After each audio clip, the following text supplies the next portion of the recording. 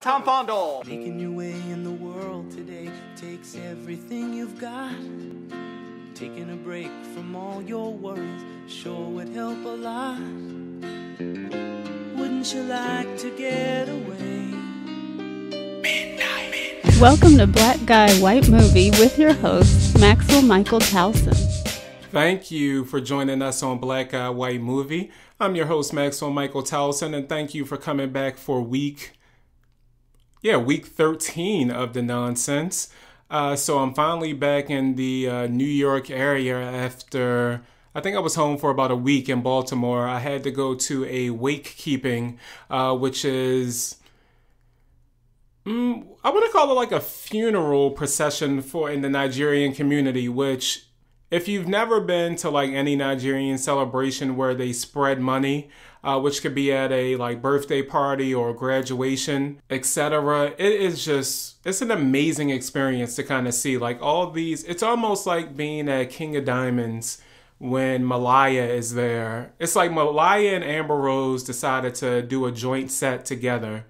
And just the number of ones that just rain down is kind of amazing. I also saw this week that Wale, well, he got a little backlash because I think he had a video of like doing it to his 2-year-old daughter, and a lot of fucking idiots didn't understand the cultural significance of things. People, all I ask is that you just go on Google, research some shit before you actually make these comments, because it just makes you seem dumb. Nobody else but you is an idiot. You're the fucking, like, why would you even write that to Wale about judging him, about his culture, and trying to tell him things about how he's a terrible parent because he's, like, spreading money on her? Like, shut the fuck up, people.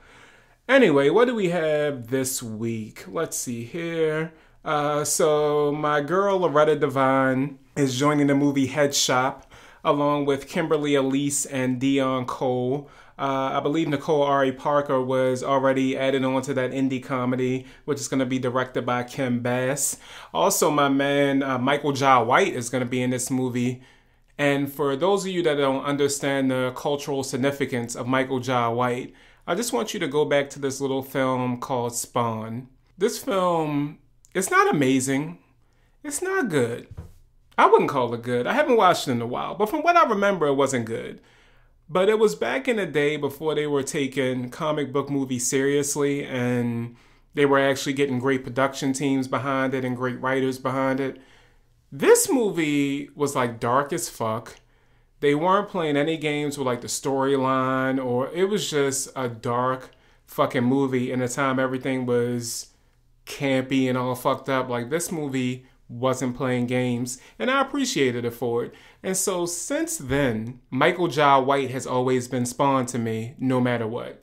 He did another great movie in, what is the name of that movie he did? It's like a blaxploitation type movie. I'm hating myself right now. Oh, Black Dynamite. Black Dynamite is the movie that he did.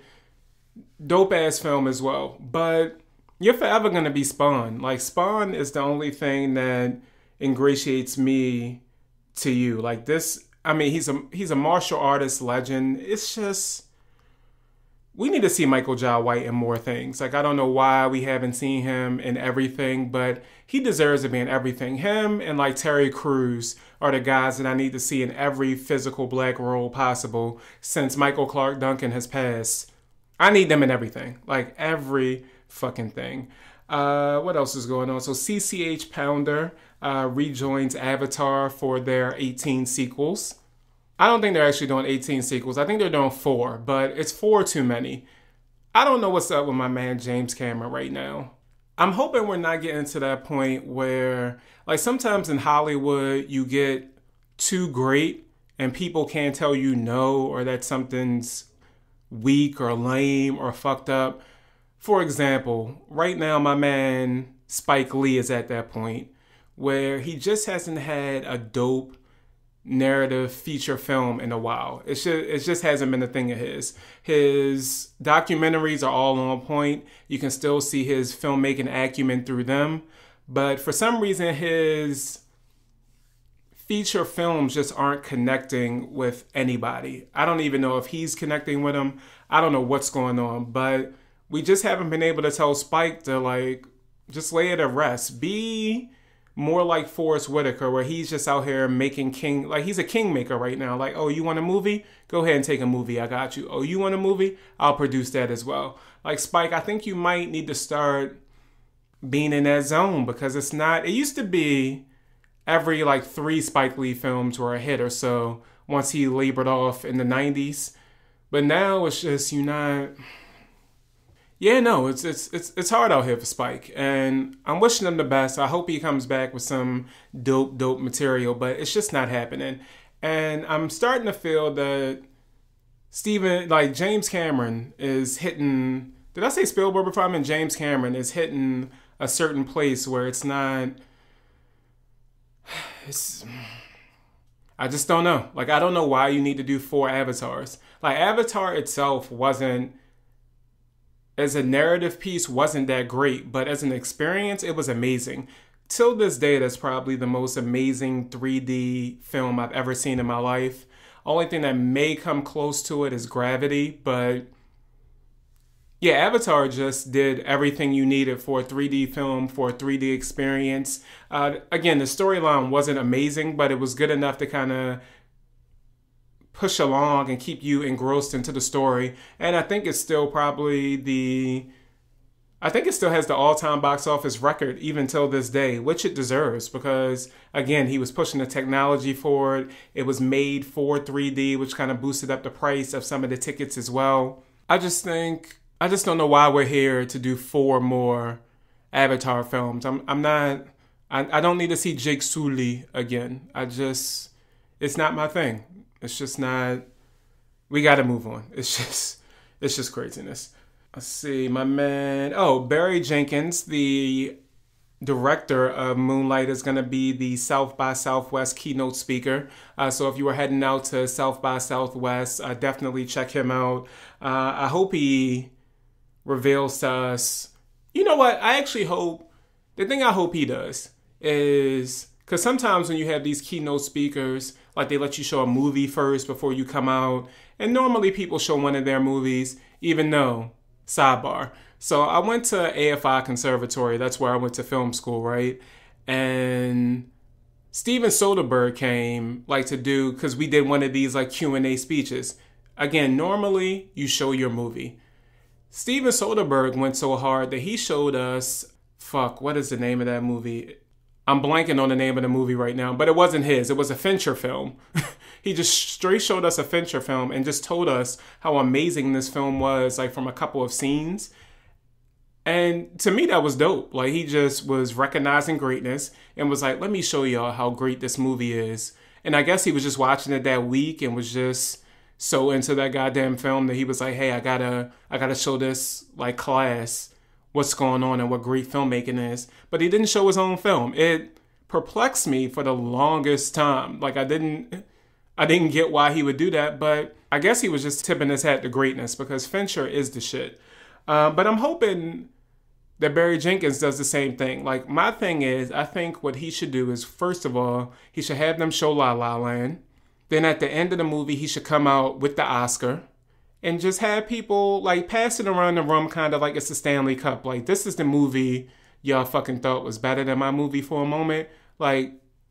Soak this in. So that's my move. Barry, if you're listening, I doubt you are, but if you are listening, that's what you should do. Show La La Land first and then come out and be all right, now it's my time for my speech. I think that would be dope. What else do we have? Oh, Ice-T. For some reason, actually no, I know the reason. In my mind, I never think Ice-T should get any other roles besides on Law & Order SVU. It's got to be on its 35th season by now. And Ice-T just plays that perfect detective that really does nothing and every once in a while has a good one-liner. I love him in that role. He should never leave that role. As long as Mariska wants to be there, that should just be his thing forever. But then I see that he's going to join the horror film Clinton Road, and I kind of wondered what's happening here.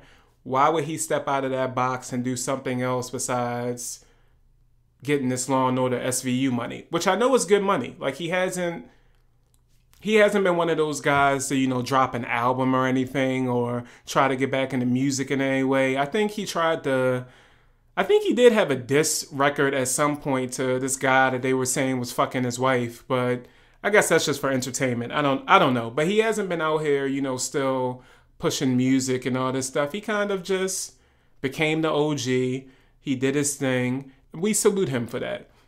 I just don't know why some independent filmmaker would say, hey, I'm trying to push this movie. It's a horror film.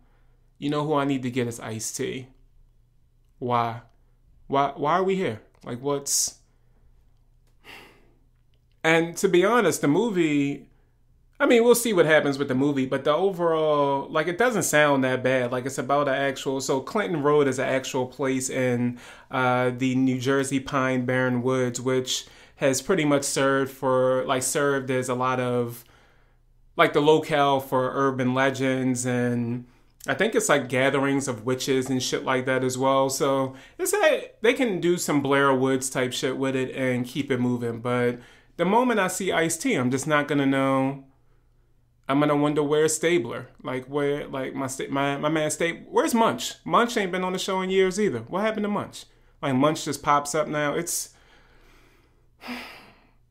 I don't know. We gotta figure this out. Like Ice-T just can't be out here. Cause what are we gonna do when Law and Order ends? It has to end at some point. And Ice-T is still gonna need that check. Can we get him another TV show? Can he serve as like an executive producer / consultant on a TV show about his life? I don't know. It's scaring me that he's gonna be out here in these like low budget films and horror films and shit. Like this is. It's scary out here. Like I don't need this for him. I'm sure he doesn't need it. We got to figure this out, Ice. I mean, we just got to figure it out. So lastly, let's see here. So let's see. Oh my God. So my guy Rick Famuyiwa. I hope I'm saying that right. Famuyiwa. So Rick Famuyiwa that gave us a couple of black classics in The Wood, Brown Sugar. If you like Dope, then he gave you Dope. I personally didn't like Dope. Visually, it was great, but as a movie, nah. But wait. Zoe Kravitz was in it, so I might have to take that back. But either way, like Dope wasn't quite for me. But he's in negotiations to do the Son of Shaolin for Sony. It may star The Rock at some point, even though it's kind of funny that they just call him Dwayne Johnson now, and I don't know why he would ever make that change. Like, don't always call yourself Dwayne The Rock Johnson forever. I don't give a fuck what's happening. You are the reason that I ever even liked wrestling as a kid. That WWE or WWF Attitude Era is still entrenched in my mind as like the best wrestling ever, which is not to take anything from like the Hulk Hogan days or like early on Ric Flair, but for me, you know, DX, The Rock, Stone Cold Steve Austin, Chris Jericho, The Undertaker, Big Show, like I mean, these were the guys that kind of pushed my childhood forward until I think I just got over it one day. I don't even know what happened, but I literally just got over it one day and just said, fuck it, I don't watch wrestling anymore. And now I watch male soap operas like Power. Like that's my male soap opera now. I don't watch wrestling. I just watch Power. The Rock, always stay true to yourself and always call yourself Dwayne The Rock Johnson. I understand you're the biggest star in the world right now. You can do what you want. You can play the Sean Diddy Combs thing where you're P. Diddy and then Puff and then Sean. You can do that now. But don't.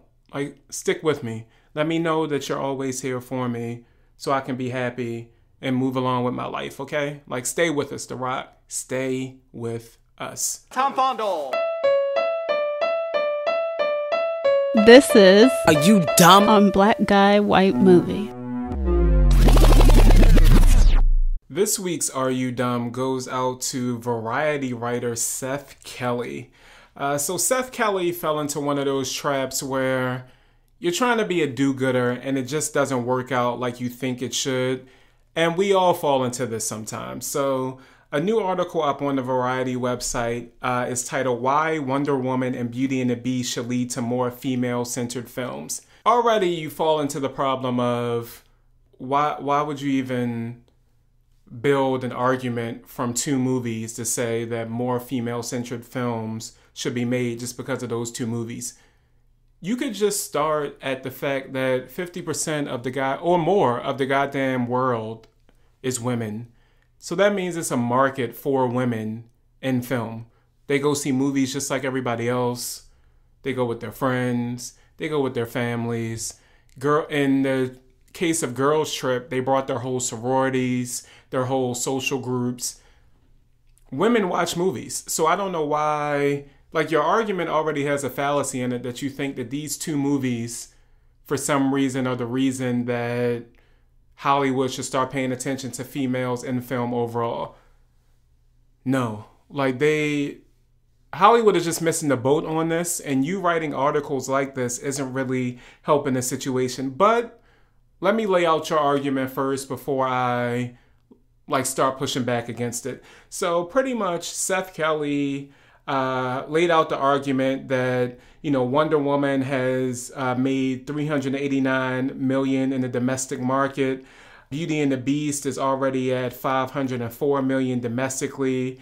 It's out here crushing it, which Beauty and the Beast was really good, I will say. Wonder Woman, on the other hand, you already know how I feel about that, but I definitely fuck with Patty Jenkins for giving us that, because salute to her and salute to Gal Gadot as well.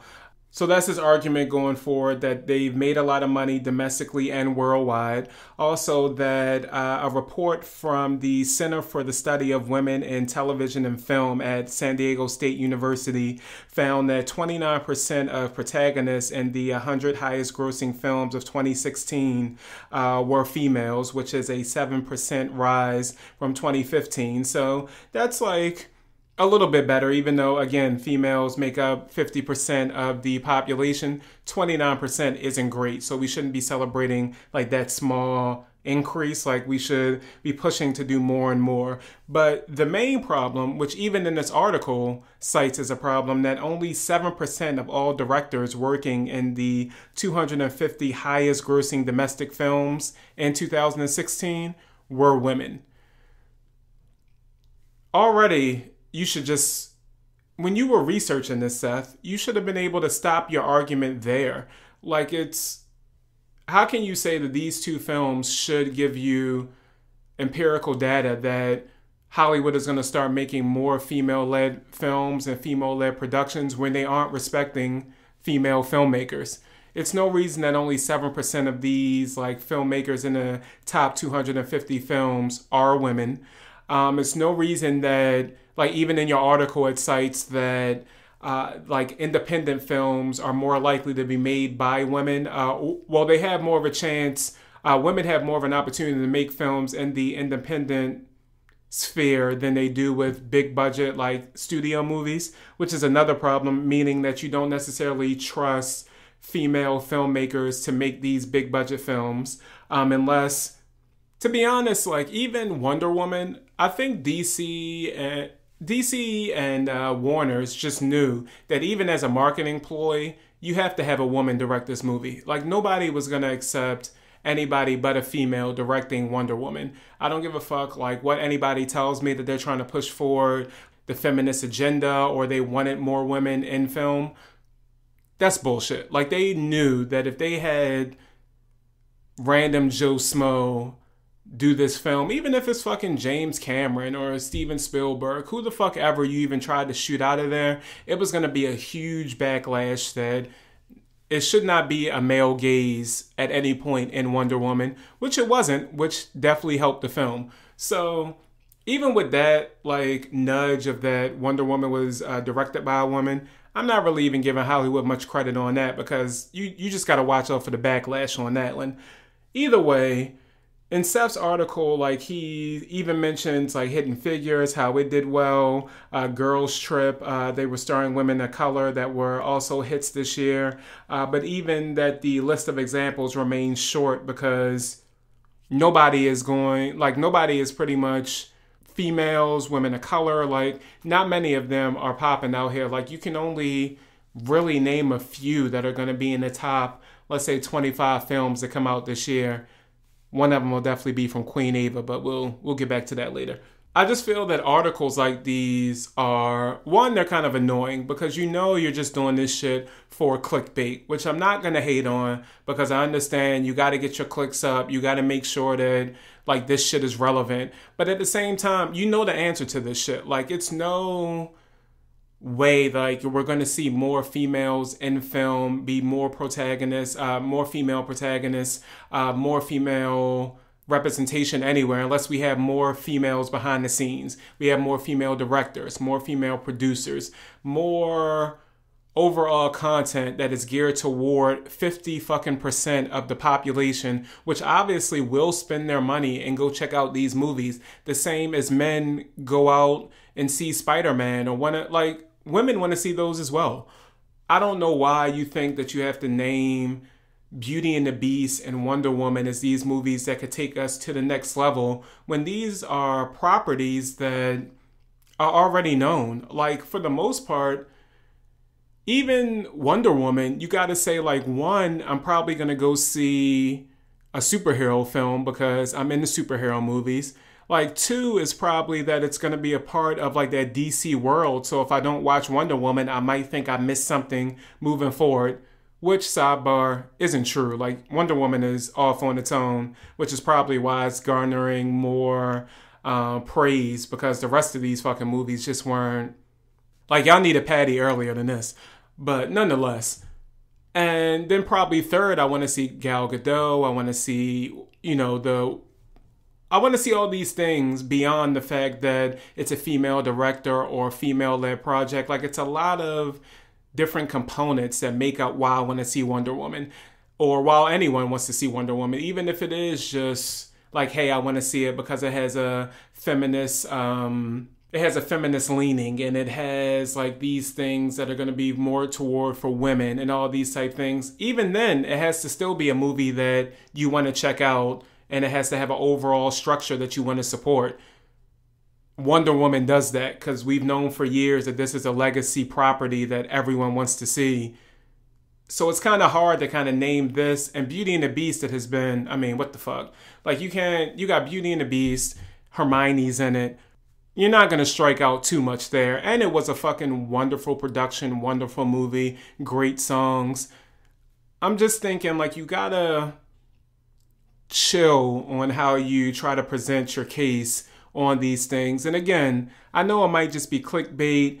It's kind of a slow week for some stuff. So you want to just keep pushing an agenda forward, and you know people are going to like this and retweet this and things of that nature. But Seth, I got to say, even when you pull out the data to try to make your point, it goes against your point. So my friend, when you're out here doing these articles, which I know it's hard to kind of keep up with the landscape and try to stay interesting out here, just know that it's certain shit that you shouldn't like even be hopping on these type of things. Like, yeah, I don't want to necessarily say that men shouldn't be talking about these issues, because that's not true, because we all should try to be informed and stay up on anything that's going on, no matter what it is. At the same time, like, you don't know what the fuck you're talking about. And it's obvious through this article, you're just trying to push yourself, variety, just trying to make sure that you have something out there, but this ain't it. So I'm sure you have other work, because I've read some of your other work that has been great. But for this week, I just have one fucking question for you. Are you dumb? This week, we're reviewing Atomic Blonde, directed by David Leitch, with writing credits by Kurt Johnstad, and also based on the graphic novel The Coldest City, which is by Anthony Johnston and also Sam Hart. Cinematography by Jonathan Sela. Hold up, Jonathan Sela's doing a lot this year. What else were you doing this year? Oh yeah, he also did Transformers The Last Night, so shout out to him. He's doing his thing. Film edited by Elizabeth Reynolds-Dieter. I know I didn't say that correctly, so sorry about that. Production design by David Schwieman. Art direction by Suzuki Kismarty Leacher and also Tibor Lazar Wolfgang Metzen. I'm doing terrible on these. Suzuki Malik is also with set direction, and Mark Rashiski is also with set direction as well. This is your spoiler alert, so if you want to stop this and go check out the movie before you listen, do that now. And then as always, you guys can email us at blackguywhitemovie@gmail.com if you want to like give your thoughts. At some point I'll write you back, but I'm not really being that great at that right now, but it will definitely get done. And now let's get over to the review. You know, Charlize Theron is just, I don't even know how to put it, because she's definitely perfection as an actress. Like, any role she's in, she's gonna crush it. I love her. Still until this day, probably, I want to say she probably shot on the last Fast and the Furious movie maybe 3 or 4 days. And she just brought that movie up to a level of acting that it hadn't seen in a while, because Vin Diesel just struggles so much. And in every scene with her, it was just, you could tell who was actually out here like flawlessly just being an actor, and then you could watch Vin Diesel. And it was just getting bad. It was just, you just didn't know what to do. And at the same time, also, I don't know who does what. Can Charlize please tell me her skin regimen? Because especially in Fast and the Furious, that shit was flawless. Do you use Kiehl's? Like, is there certain things at Sephora I should be checking out? Is that just Vaseline at night, like Tyra Banks used to say? I just need to know what's going on so I can better understand how to get my face looking so flawless at all times. My thing is, like, even when she's in bad movies, like that second, what was that called? The Huntsman. That wasn't a good movie that came out after they did the Snow White movie. That was bad, but she was still in the movie. Flawless execution. She acted flawless. She looked flawless. Like, Charlize is just, she's special. I'm going to be honest with you. If it wasn't for her being in this movie, I might have not done this week. Like, this fucking movie, I just hate so much if she wasn't in it. Like, it's just, they just believe that there's, the writers of this, the director of this just believe that this is probably one of the smartest spy films ever made. And it's not. It's, I don't know.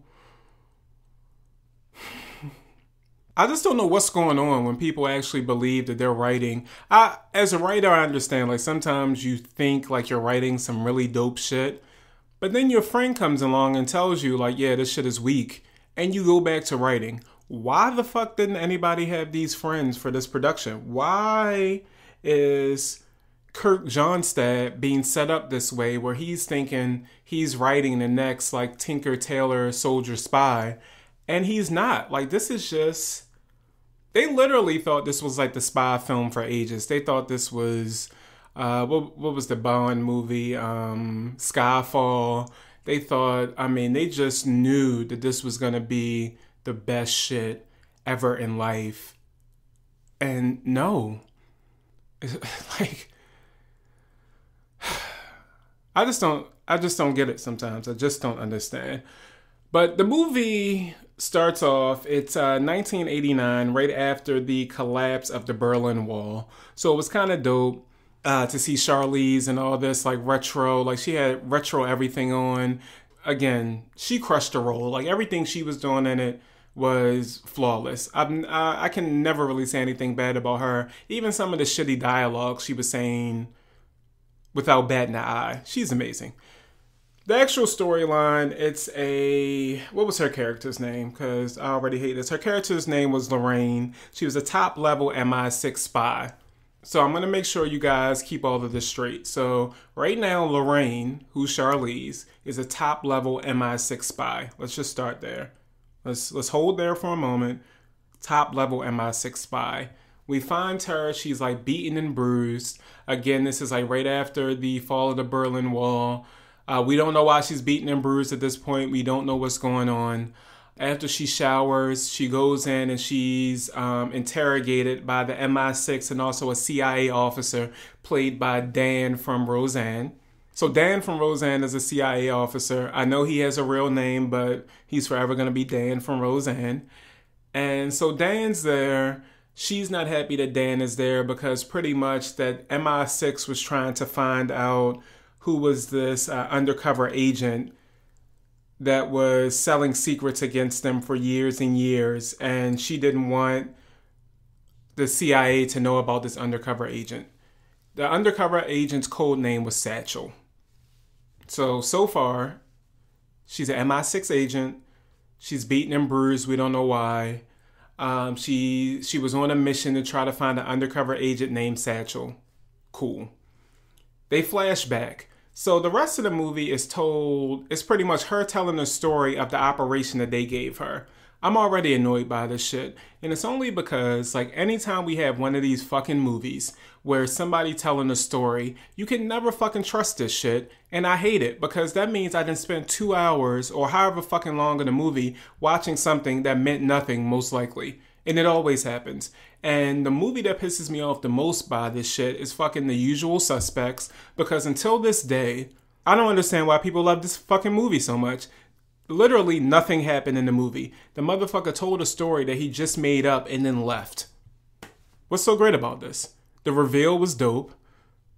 The reveal and the ending was dope, but like, I just wasted my life for 2 hours watching this movie, rooting for people that don't fucking matter. It's the same thing with they didn't use the storytelling aspect, but Rogue One that just came out. Like, y'all just didn't even try to build up any motherfuckers because we knew they was gonna die. You didn't care about Jen, you didn't care about the assassin. It was just like, hey, look, they gonna die. Watch Darth Vader and be happy. This is the same thing I felt in this movie immediately. The moment she started telling the story, you never know if you never know if you can trust the narrator. You never know, like, anything. And especially since she's a spy, everything's going to be duplicitous about her anyway. Fine. They send her over to Berlin to try to extract a list of all the undercover agents that are in MI6 right now. And if the KGB get it, of course, the agents are going to be killed immediately. If the Chinese get it, like, they just want to make sure they get this list back. Mission Impossible did this shit with the knock list for their first movie. I mean, even like Skyfall, I love you, but you did this dumb shit. Like, wouldn't intelligence organizations know by now not to have one fucking list of every covert agent you have? That doesn't even fucking make sense. Why would you do that? Why would you just put all your agents and, like, who's doing this shit? Like, who's this intelligent? Is it no intelligence in intelligence agencies that every fucking movie with a spy in it is like, oh, they have a list of every asset that we have? I think Homeland even did this shit. Like, why? I just don't understand why you gotta come back to the same. It's a tired trope at this point. And maybe I could let it slide because this is back in '89, so maybe the intelligence agencies didn't quite know better yet of what the fuck was going on, and they just kept everything on one floppy disk and kept it moving. But as a screenwriter, like, why are we doing the same shit over and over again? I mean, it's the Cold War. You can come up with so many great things to be happening at the end of the Cold War that somebody wants to make sure it doesn't get out or doesn't happen. I mean, you had a wealth of opportunities and options to pick from, and you choose another fucking list of people that could, like, whatever. So, of course, the agent that they're looking for that could be a double agent, Satchel, is on that list. They sent her to Berlin, and her contact is Professor X from the newer X-Men films. So James McAvoy, I think I respect him a little bit more, so maybe I will call him James McAvoy. Will I? Yeah, let's do it. James McAvoy / Professor X is the contact. He's been in East Berlin forever. He's, like, pretty much a part of the community. So he's the contact that's trying to help her get to this Soviet defector named Spyglass who stole the list initially, right? So right now, Spyglass doesn't have the list because, of course, he lost it to the KGB agent. But Spyglass is saying, like, I remembered the whole list. I know everybody's name on it. I know all the secret agents, blah, blah, blah. So Charlize is like, okay, fine. I'll get you out. I'll get you and your family out. I'll make sure that everything is okay just so we can get this list and find out who the mole is, so on and so forth, right? Then the movie delves into this shit where, you know, suddenly it's a French agent that's there that's trying to get the list as well. they start, I guess they were trying to like subvert the, because you know, when it's, okay, so when it's male agents, they always randomly fuck somebody. Just randomly. And so Charlize had to do the same thing. She randomly just fucks this French agent and starts a whole relationship with her. You really don't get why. Like, I want to say at a moment, I want to say for a good 8 minutes or so when they were going through like their little relationship and trying to have this cool dialogue back and forth, I went to sleep, honestly, during the movie. I was just like, I don't know what's happening. It was already like 11:30, heading to 12. I'm like, my body just said no to this. But thankfully, I woke up during a great part of the movie, so I was good with that. And then I still understood what was happening, especially with the French agent. So I was like, all right, cool, whatever, fine. So Charlize, with help from the French agent, they track down Spyglass. They get his family all together. They decide to move them. During this whole scene, like, Spyglass gets shot by James McAvoy / Professor X, who we find out is not necessarily not on our side, but also he's with us but not with us type thing. Like, he definitely got Spyglass's family out, and he wanted to make sure that the list, which the list, stupidly enough, was in a watch. So it was like this wristwatch where they put the list of where they put the data of all the covert agents that were in MI6 at the time. Craziest shit ever. So James McAvoy, Professor X, he thought he had the watch, like pretty much took it from the KGB agent because he told the agent that he was gonna buy it from him, which he did. He got the watch. He killed Spyglass to make sure that he was the only one. I think Spyglass, to make sure that he was the only one with the information. And he was going to get himself out just to kind of, because he was done with this shit. Like, he had done all this stuff throughout the whole Cold War, and now the shit was just ending, and he pretty much felt that he had no place in the world anymore. So getting this list was his way of kind of making himself feel like everything was okay. Delivering it to his superiors would make him feel great again. So that was kind of his motivation throughout. At the same time, it was just like, why? Like, you could have easily just gave the list to Charlize. We could have moved on. But then you find out, for some stupid fucking reason, that Charlize is actually the undercover mole that is working with the KGB. And she's Satchel, which James McAvoy knows because he's read the list. So now she has to go and kill James McAvoy because he knows this information. She kills him. She gets the list. And then she decides to go. Like, from there, so already it's like, why the fuck? Like, why are we here in this movie? Because honestly, she's telling a story about how she's supposed to be telling a story to her superiors about what happened. But obviously she didn't tell this part because she's not going to tell them that she's the bad guy. So how the fuck are we even relating this story back and forth in narrative terms? It's craziness. Like, I don't even know how, as a writer, you're getting away with this. Like, no producer said, wait, that doesn't make sense if you're telling this story.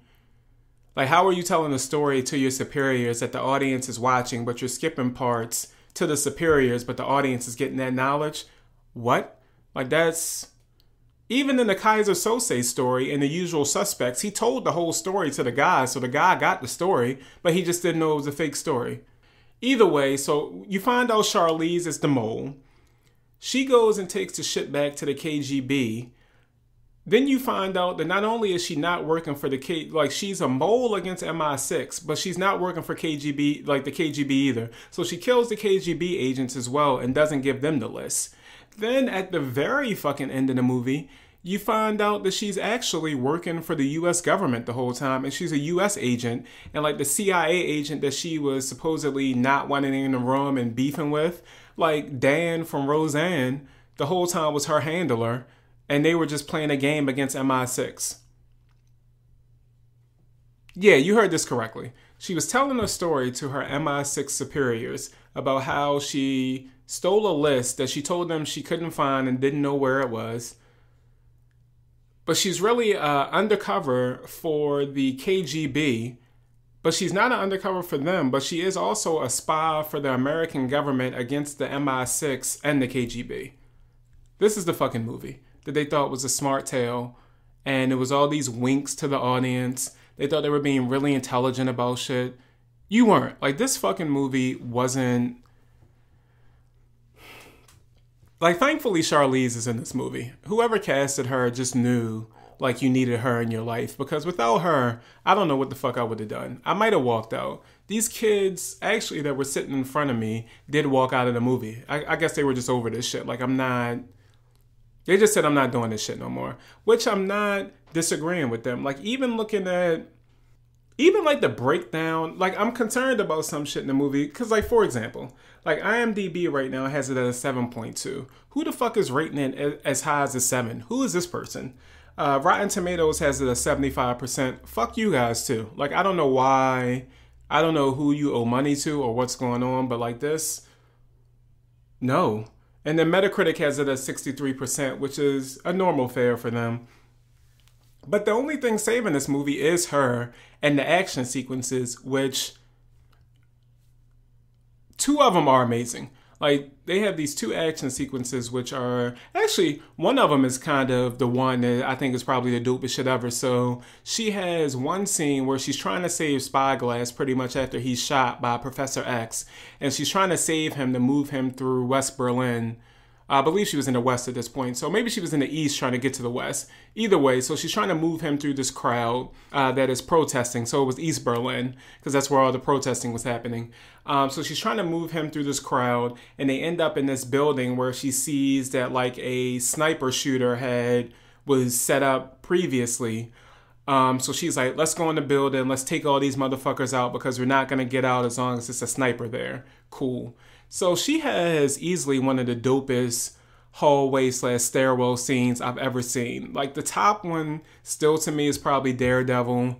Another great one is that Captain America Civil War joint where it's Bucky and Cap like just taking out all these different, I think that was Belgian soldiers, whatever it was.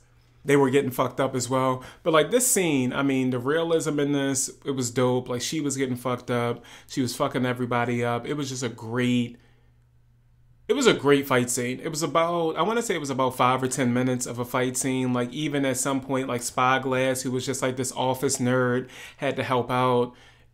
It was greatness. Like, Charlize did her thing. Whoever her stunt double is did their thing. The shots were great. The setup was great. Like, the whole thing of that fight scene was wonderful. And then even when they got outside, the cinematography on the... so they had a chase scene outside, and it was great cinematography in that. Like, normally you kind of see shots outside of the car just to kind of ground the audience to... like the certain, like you kind of want to ground the audience to where everything is, especially when it's like on a certain axis.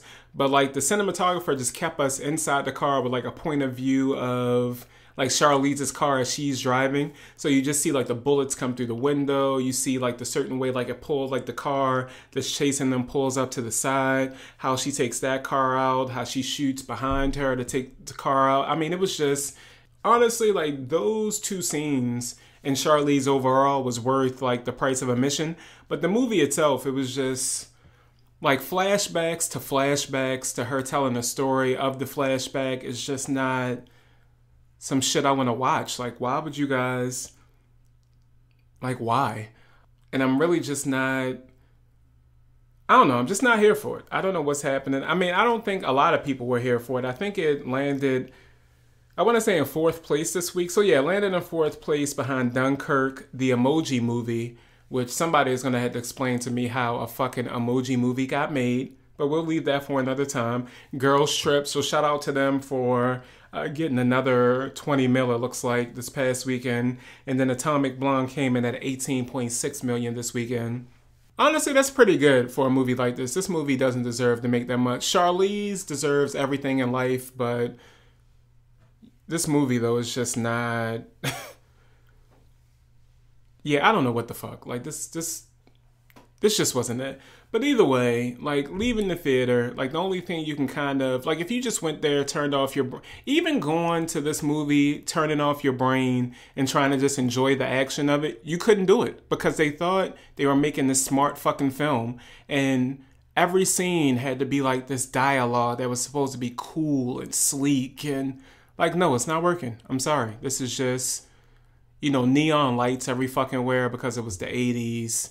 Yeah, so I'm done with this shit. So pretty much like how we rate movies is that whether or not you should go see the movie in theaters, whether or not you should wait for it to come on Netflix to enjoy some Netflix and chill, wait for it to come on TNT, which is usually about a year or maybe a year and a half after the movie has come out in theaters, or not go see the movie at all.